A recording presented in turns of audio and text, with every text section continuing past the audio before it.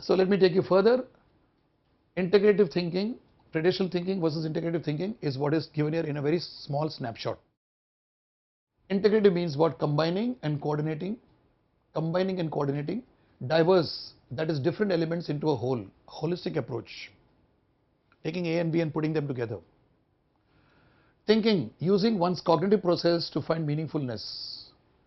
Cognition, by my definition, is creating mental map of meaningfulness of the world around you. Creating mental map of meaningfulness of the world around you. There are so many things around me right now. I'm facing the camera. There's my colleague sitting behind the camera. There are some tables and chairs out here. Now all these things put together creates a meaningfulness in my mind. It's a form of a studio setup, I could think. I could say it's a classroom. I could say something else. So I give a meaningfulness to my surroundings. That's my cognition. So when my cognition process is meaningful to me, I am into a thinking process. And we all cognize. We cognize the various elements and put them in a certain order. And then we correlate each of them. There's a projector on the top. There's the lights that are going bouncing on the ceiling. The camera is, I'm facing the camera right now. Now all these things put together is a cognition with which I say that I'm in a shoot. If someone else comes who has never been in a shoot, he will cognize it differently. Right? So depending upon one's cognition, one's thinking process, one relates with the world. Okay? Now we compare traditional thinking versus integrative thinking. In a traditional thinking, what do? I use the either or approach to take decisions. While in the integrative approach, I use the and approach. I combine. Right? So integrative thinking, traditional thinking versus integrative thinking is what we have understood right now. Now what is the limitation of the either or approach? When the demands are multiple and all the demands are important, they could make or break a strategic action. When the demands are multiple, I'll take examples now, and all the demands are important, they are multiple and they are important, they could make or break the strategic action which is to do with the long term. Right? For example, the sons in an Indian joint family get married and wish to have their own privacy. As Indians, we all face this. We have seen a number of, there's a movie called Bhagban which talks about this, and we come across families in which, let's say 2-3 sons are there, maybe 3 sons or 2 sons. They grow up, they get educated, they get married, and then what happens is they don't want to live in a joint family. They want to come away. So usually what used to happen rather was either or approach. I can't leave my parents, I'll stay with them. Either or approach. I'll leave my parents and I'll go away so that my children also become different. I want to live alone. Again, either or approach. By leaving my parents, what happens to me? I start missing them. I start missing their nurturing over me. I start feeling uneasy about it. But my call of duty, inverted commas, tells me that I need to be with my wife and my children. So does this create a turmoil? We all know it creates a turmoil. We may justify and say, no, it's all okay and all. Many people do that. It creates a turmoil. I'm missing my parents because I'm away from them. If I stay with my parents, what happens after marriage with my children? Then I find that there is a lot of interference, a lot of influencing happening over my children. They don't grow independent. They start becoming dependent on many things. They can't take their own decisions. A few factors which people discuss is what I'm talking about. What I'm saying is not in absolute terms always correct, but I'm giving examples about what people say. Right? So when I'm living with my parents, I don't have privacy. I cannot sit with my family, with my wife and children and have a separate quality time with them, which I may be perhaps needing, my wife may be needing, my children may be needing, because we are living in a changing time. Now this is a dilemma which many Indian families are facing. We all know it. Now certain Indian families have taken an integrative approach. What have they done? Perhaps they go to a particular building, an apartment, and they'll have one flat wherein parents are living. In another flat, one son will live, and the third flat, a third son will live. They have the privacy, at the same time they are with the parents. There's a lot of give and take, at the same time both are taken care of. So the best of both worlds are exploited in this particular decision. Quite a few people are doing it these days. It wasn't done long back. So whenever an integrative decision is taken, my dear friends, what really happens is there is a overall good for everyone. Now that approach is a truly leadership approach. It's not an approach which conventional thinking used to say that you cannot include everything. It's an approach which says that I want to include everything and see that I can address everything. Today in the complex world of business, this is important. I need to address the smallest of small customers in the stock market as much as I need to address the high net worth individuals, as much as I need to address the institutional customers. Everybody is important for me today. It's not a business angle, it's more about the synergy. It's more about people coming together and working with each other. The integrative approach is not an approach which is a weakness, it's more of a strength. Let me say something now about how the Indian culture has been living. Most of the Eastern cultures for that matter, or for that matter the olden cultures of the world, just scan through it in the history of the world. If you take from east to west and west to east, you will find that the older cultures have understood integrative thinking and action long back. Look at the way the Indians live. We have a lot of integrative approach. Now some of you may come and say in a logical terms that this creates problems, that creates problems, etc. But if you take the overall picture, problems today may appear to be problems today, but in the long run you find the benefits are more. Even organizations, if you take an organization view, an organization may take some initiatives today, which an integrative initiative, which may appear to be painful for some aspect of the organization, but in the long run it integrates with the holistic picture. So this needs a certain amount of openness of approach to understand integrative thinking, right? So let me take it further. Now here is some sort of a representation pictorial.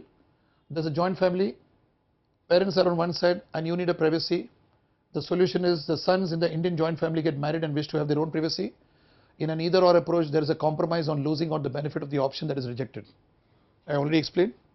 So what is integrative thinking? Definition: it's a discipline and methodology for solving complex and wicked problems. Wicked. That's what Roger Martin has talked about. Roger Martin incidentally is a person who wrote this book, beautiful book called The Opposable Mind. The Opposable Mind. This entire treatment of this particular subject is based on majorly the learnings of Roger Martin. The Opposable Mind. Now in The Opposable Mind, Roger Martin is exploiting the various cases wherein people have used opposable mind and in turn the integrative thinking. We'll try and understand what is opposable mind as we go down the line, right?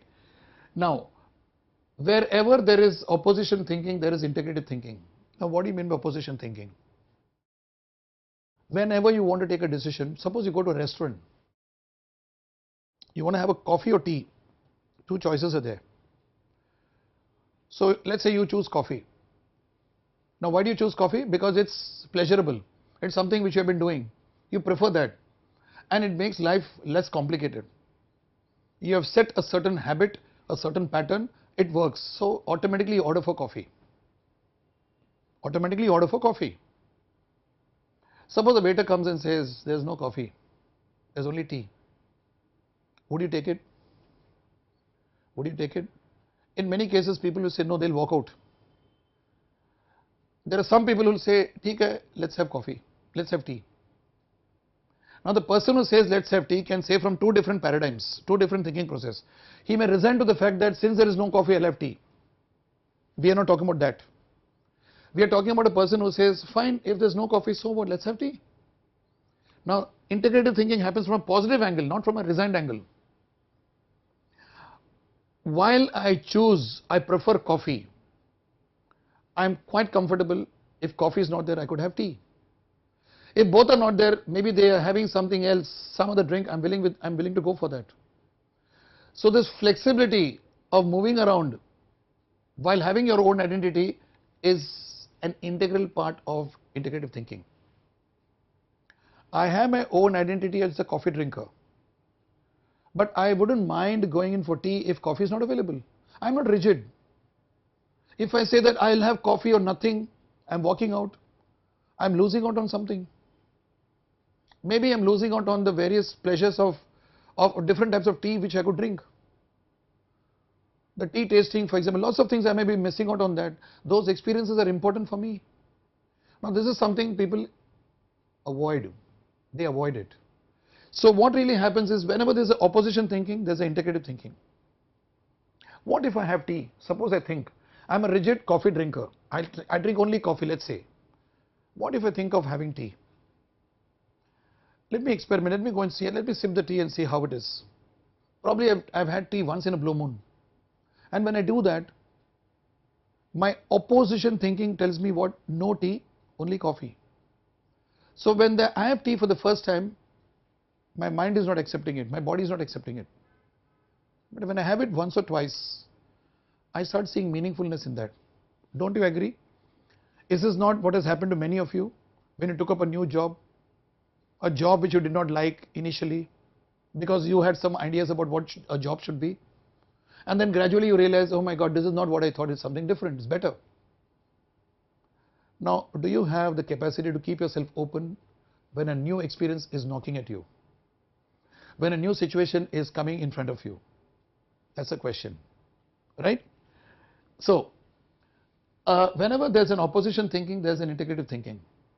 That is identifying option A and option B which are mutually opposing. This is what integrative thinking is all about. For example, a person who's employed, many of you who are listening to me could be in this category. A person who's employed and cannot afford to leave his job, he desires to study an MBA course but finds it challenging to do it due to time constraints.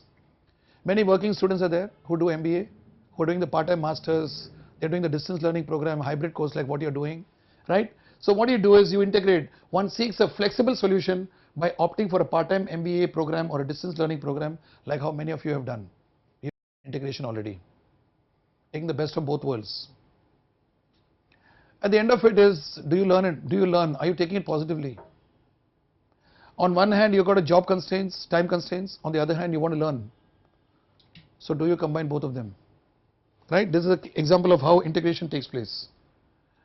Taking it further, integrative thinking is a decision-making process in which an individual balances tensions between opposing variables. Tension means what? The example of tea and coffee.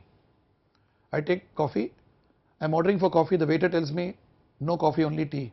Immediately my reaction is, oh my God, there's a certain negative feeling. That's the tension I go through. But if I pause, I say fine, let's have tea. And then what happens is I come to know the pleasures of having coffee as well as having tea, right? The integrative thinking is best understood by studying cases of real examples of people who, when put in a challenging situation of opposing demands and crucial time-bound decisions to be taken, undertook the path-breaking decisions that sustained and was effective and efficient. To understand this aspect of whatever I'm explaining right now, we'll be running through a number of case studies, a number of real incidents that took place of people who actually put this into practice. And when we run through that, we'll come to know that there are many things common among these people, right? Unlike conventional thinking, these people did not approach the issues by either or a path, by eliminating alternatives. They looked at the issues from an and or an inclusive angle. Instead of rejecting alternatives, they looked into the useful aspects of each alternative and combined the usefulness skillfully for a better decision that benefited many, and that too in a sustaining time frame. I'm building up a few points which I want you to note down. First and foremost, it's about internal and external put together awareness. It's a skillful approach. It's not an approach that comes out of panic. there's a situation, panic situation, something you take a knee-jerk reaction, and then you find, ah, lovely, it has clicked. It's not a one-off situation. It's not a flash in a pan. It's something which you took a decision which was successful in outcome, which was efficient in terms of resource utilization, which was also effective in whatever we had to address, and most importantly, it was sustaining. When I say sustaining means it worked and it continued to work for a long period of time.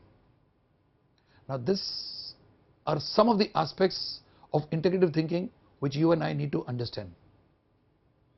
If at any time in your life you have taken a decision and that is sustained, it is still sustaining, it's producing good results, rest assured it's an integrative thinking. If for example the parents and the two sons which I talked about, they took a decision of buying 3 different flats with a lot of understanding that we'll stay integrated, and they continue to be integrated, there's a lot of joy. In that decision there was so many things that were taken care of together. Privacy, the togetherness, the warmth, the closeness, the respect, etc. Now this requires a deeper human understanding.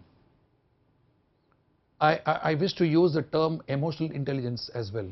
One needs to be emotionally intelligent to understand that as a leader, one has to integrate many things together. I cannot ignore the emotions of my workers. I cannot ignore the emotions of my staff. I cannot ignore the emotions of my managers. How do I integrate them together? That's a very supreme role to play. And to play that role, I as a leader, I as a manager needs to have that type of an open approach, for which I need to have emotional intelligence, right? And so instead of rejecting alternatives, they looked into the useful aspects of each alternative and combined the usefulness skillfully for a better decision that benefited many, and that too in a sustaining time frame. Let's examine various scenarios effectively handled by integrative managers. Now on, I'm going to be talking about a few case studies.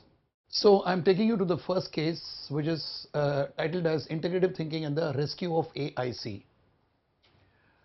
Let's start off by talking about a gentleman called Michael Leach, who was born in 1951. Jamaican-born Canadian business magnate, investor and philanthropist. A very successful, prominent person in Canada. And among other positions he is holding, he is currently the executive chairman of AIC Limited, the Canadian Mutual Fund Company, and the National Commercial Bank of Jamaica as well. Canadian business has named him as one of the richest persons in Canada with an estimated wealth of 2 billion Canadian dollars. 2 billion Canadian dollars. During an unexpected crisis in AIC, Leach takes an integrative decision on the organization to sustainability and benefit to all. So we'll be discussing about how AIC got into a crisis and how Leach took it to a very high level of achievement and success thanks to his integrative thinking, right? So now here it is, Michael Leach, a background about him: born 1951, Port Antonio in Jamaica, occupation executive chairman of AIC Limited, National Commercial Bank of Jamaica, and the net worth is 2 billion Canadian dollars as of 2014 at the time of recording, right? His background: he's born of biracial parents, Jamaican and Chinese, and hence seems to have the best of both worlds. They say that when people are coming from 2 different backgrounds, 2 different cultures, 2 different regions, you get the best of both worlds. It's a way in which nature integrates people. Nature integrates races. When you belong to one race and you marry someone from another race, both of you come have a child. The child is supposed to have the best of both worlds. So one of the points that can be noted is nature itself has got an integration in its whole design. Human beings need to recognize this, and we need to put it into the group good, right? So if you take this example of Leach, he's born of biracial parents, and he had seen very hard times in childhood. He was the eldest of 9 children. Both parents were offsprings, children of Jamaican mothers and Chinese fathers. What a combination. Since they came from two different backgrounds, an Eastern culture and a Western culture coming together, they could get the best of both worlds, right? Now, he was 6 feet 4 inches tall, warm, quick-witted, very humorous, natural salesman with friendly manners. His profile, proud and entrepreneurial, business-like. His stepfather and mother worked very hard and managed to save money to start to run their own business, and yet money and luxuries were still scarce in their life, thanks to a large family. It was hard to think that their oldest child would one day earn a place of pride in the Forbes list of billionaires. This was to come in the future. Leach moved to Canada to attend McMaster University. After graduating, he worked at odd jobs while looking for his true calling, a career in his true liking and nature. In 1983, he borrowed $400,000 to invest in the stock market, and by 1987 he had earned enough money to buy AIC Limited. Imagine, just a span of 3 years, 83, 84, 85, 86, 87, 4 years rather, he was able to buy a company called AIC Limited, a tiny investment advisory firm managing investors' assets worth about $600,000. Right? He followed Warren Buffett's approach to hold 10, 20 stocks forever. We all know about the legendary Warren Buffett, who's the king of all investments, the person who advises, who's very astute, who's got his maturity, and his advice is sought after by the whole investing community in the world. Right?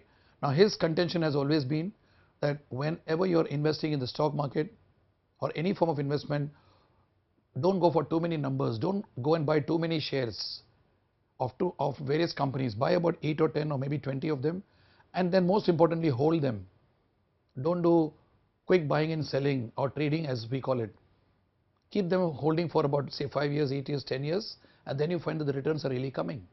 It's a very sound advice which has earned a lot of money for a lot of people who followed the advice, right? So he also believed in Warren Buffett's principle to hold 10 or 20 stocks forever. By 1999, AIC owned assets worth about $6 billion.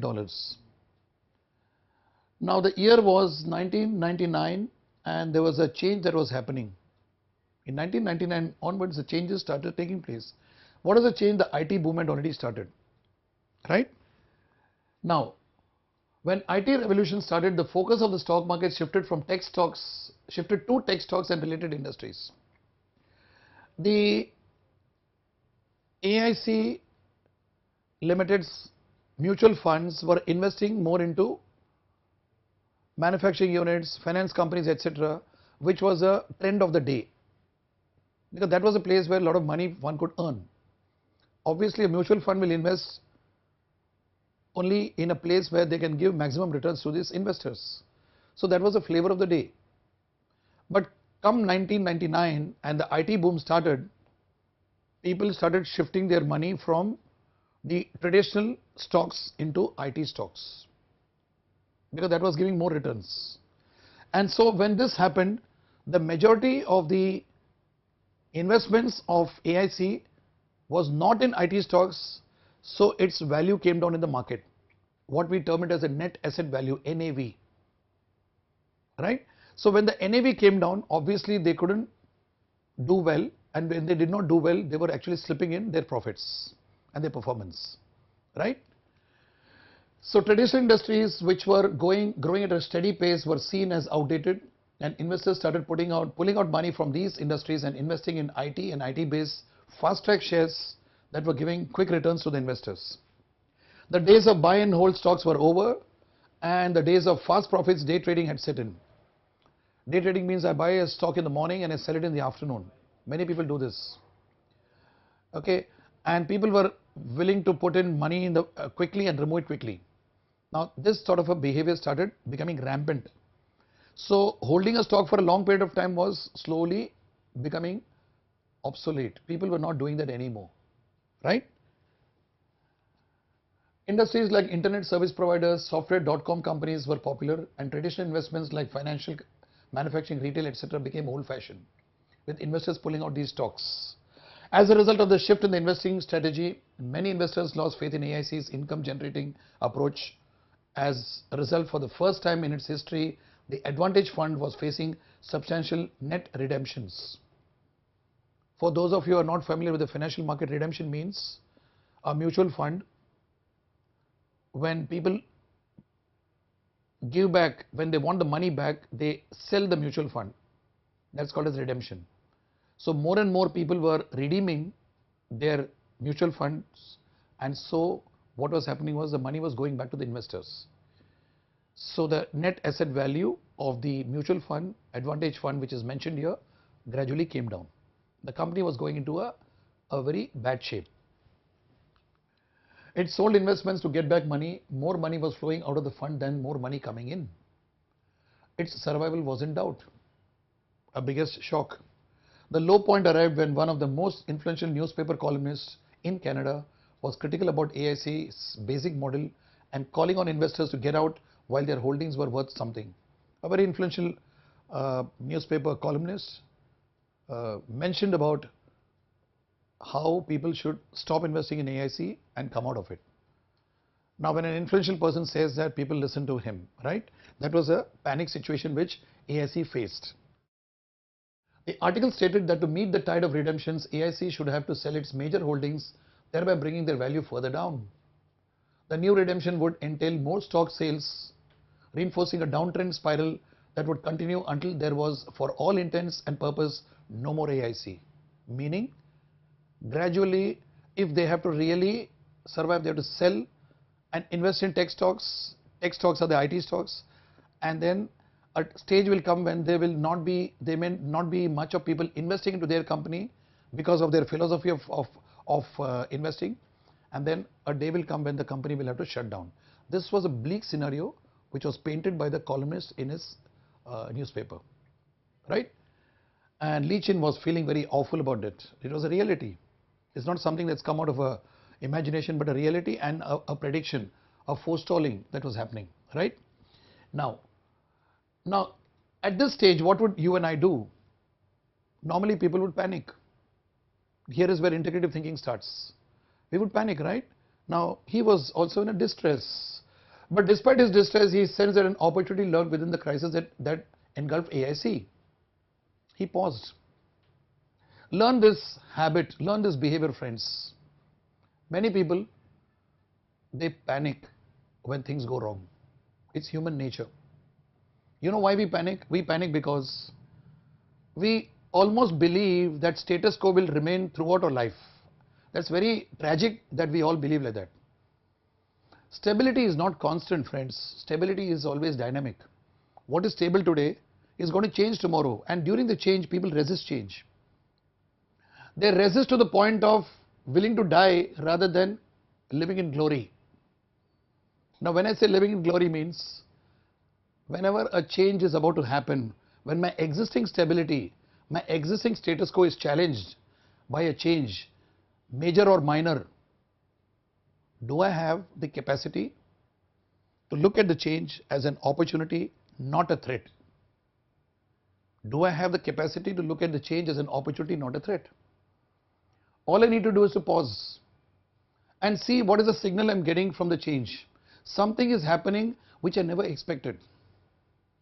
Something is happening which I never expected. So during that point of time, what is my view towards that? Am I open to understand that this status quo, this stability, this existing profits which have been generating for so many years is going through a transition? In most cases, people panic and they take a panic-driven knee-jerk decision. If you're in the stock market and you've been making profits for a long time, suddenly there is something happens in the stock market, everything comes down, and you find that nothing is happening, and a lot of people around you whom you trust, they tell you that sell it off. What do? You sell off. And most of the people I've seen in the stock market, they sell off at the lowest price and they buy at the highest price. Very strange but true. Ordinary people do this. So in a crisis like this, if Leach was just an ordinary person, he would have panicked, he would have gone through some knee-jerk reaction and we would have never seen AIC. But here is Mr. Leach, he is doing something different. Very interesting to note that in Chinese character, in the Chinese script, the Chinese alphabets which are written in a pictorial form, the word crisis can be read in two forms, one as danger and the other one is opportunity. So he tapped on this particular aspect of the Chinese script. When you write the script in Chinese, which is talking about the crisis can be read as a danger from one perspective, and in the danger you can also see an opportunity. Symbolically, it means that whenever you see a threat, look at threat, it's a perception of a threat, not real, it's basically opportunity seen from a different angle. When we are discussing in strategic management and other subjects about opportunities and threats, I quote this example about how a youngster is sent to Africa of those days to check out whether there is scope for selling footwear to the African tribals of those days. So he goes there and he sees that nobody is wearing footwear. So he goes back and reports saying that zero demand for footwear, so no scope. Now this is seen as a threat by him. The person who listens to him, he says, who said there is no demand? Since nobody is wearing footwear, we have 100% scope for selling footwear. One sees the same situation as a threat, the other one sees it as an opportunity, right? So having said this, two choices he had with him. One is sell the shares to cover redemptions, diversify into technology stock. That means put your money into the IT stocks, or simply stick to the strategy of buy, hold and prosper, just like what Warren Buffett had suggested and he would like to follow. So Leach had two choices. Now given a situation, any one of us would do either this or that, right?